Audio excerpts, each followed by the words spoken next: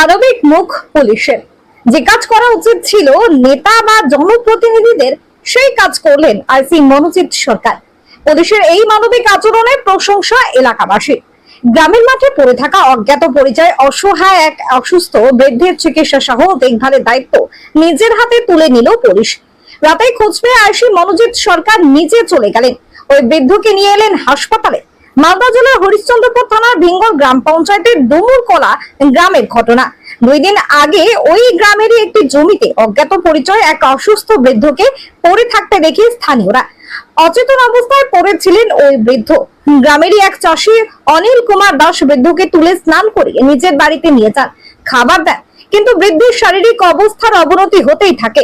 ওই চাষি দিন আনা দিন খাওয়া পরিবারের।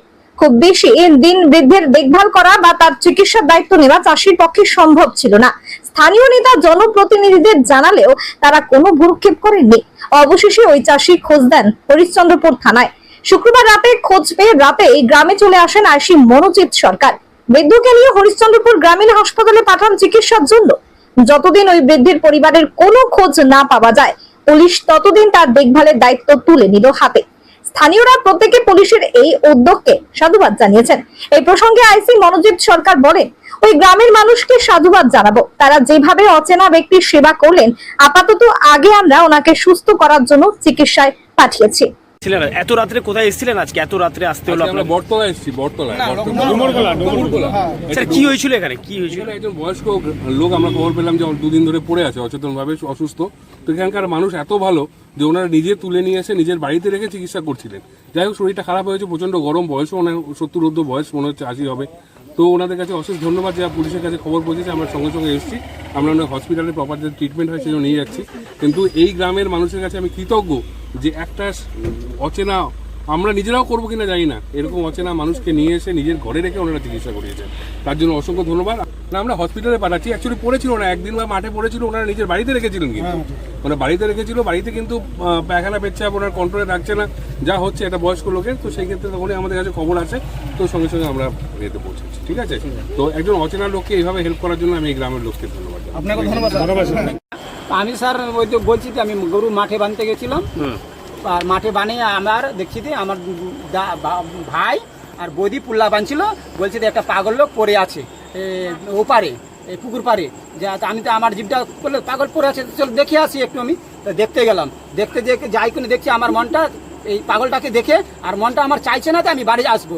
আমি না ওখানে 1 পা 2 পা করে আবার সরে আসছি বাড়ি থেকে, কিন্তু আমি আসতে পারছি না পাগলটাকে দেখে যেভাবে পড়ে আছে। তো একটা কী করে পরামিনের ছেলে আছে, ওর নাম হাজাতুল নাম আছে, ও পাটের বন থেকে বাইরে বলছে ভাই তুই দাঁড়া, আমি পাগলটাকে উঠে একটা তুলে গাছের মধ্যে নিয়ে আসে। আমি অনেক ঘন্টা থেকে পাগলটাকে দেখেছি, পাগলটার দেখে আমার কাজে মন লাগছে না। কেন লাগছে না? যে পাগলটার জন্য কেউ আবার সাকার করছে না। আমি দুজনেই মিলে, হাজাতুল আর আমি মিলে ছায়ার মধ্যে লাগলাম। কাকা কতদিন ধরে এরকম ভাবে পড়েছিল এই বয়স্ক? এই 2 দিন থেকে, রাত্রি বেলায় আর দিনের বেলায় আমি দেখেছি। রাত্রি বেলায় দেখতে যাইনি, দিনের বেলায় ছাগল বাঁধতে গেছি, এইটুকুই আমি দেখতে গেছি। পড়ে আছে, তারপরে ওই সময় আমরা 2 ভাই মিলে আমরা গাছের মধ্যে ছায়ার মধ্যে লাগলাম, ছায়ার মধ্যে লে যাই, জল ঢাললাম, জ্ঞান ফেললো, জ্ঞান ফেরার পর ভাত খেলালাম। তারপরে কি হলো? তারপরে আমি স্যার কিছু হয়নি, আমি বলতে আর পারবো না স্যার। হ্যাঁ স্যার জানিয়ে আজকে আইসিসিকে জানা হয়েছে, আজকে এসেছে। আচ্ছা বলছি, এলাকায় তো মেম্বার আছে, নেতা আছে, কই সার লেয়নি, কই সার তো লেয়নি। যে 3টে এনেছি, কই সার তো কই লেয়নি, নাম্বার পর্দা লেয়নি, কই বলতে আসেনি, কেউ আসেনি না স্যার, আসেনি। আমরা বলেছি, তাও আসে। জানিয়েছিলেন আপনারা জানিয়েছিলেন? হ্যাঁ স্যার জানিয়েছি আমরাও। আচ্ছা, আমরা জানিয়েছি। আইসি স্যার এসেছিল? হ্যাঁ স্যার এসেছি। আচ্ছা, কি নাম আপনার? অনিল কুমার দাস। বাড়ি কোথায়? ডুমুরকলা। কি হয়েছিল? কি এখানে কি এমন ঘটনা ঘটেছিল? ব্যাপারটা হলো, এই যে লোকটা কোথাকার আছে আমরা জানি না। প্রথম কথা, নাম জানা আছে? না, নামটাম কি জানি না। লোকটা 2 দিন ধরে মানে আমাদের ওই মাঠের জমিতে ওখানে পুকুর পাড়ের পাশে পড়েছিল।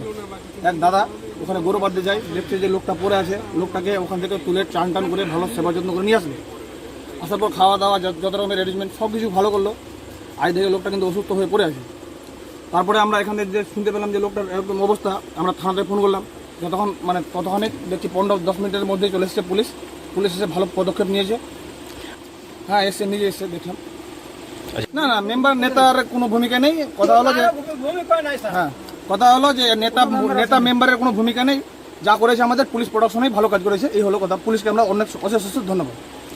মানে ওইদিকে মাঠে শুনতে পাচ্ছি যে কয়েকজন বলছে মাঠে হয়তো 2 দিন ধরে পড়েছিল, আর এখানে 2 দিন ধরে 4 দিন ধরে লোকটা পড়ে আছে। বাড়ি কোথায় জানা গেছে? না, বাড়িটারি আমাদের জানা যায়নি, কোথাকার আছে আমরা আজও অবধি জানা যায়নি। আচ্ছা, আমার নাম আইয়ুব আলী, ডুমরগোলা, লক্ষণপুর।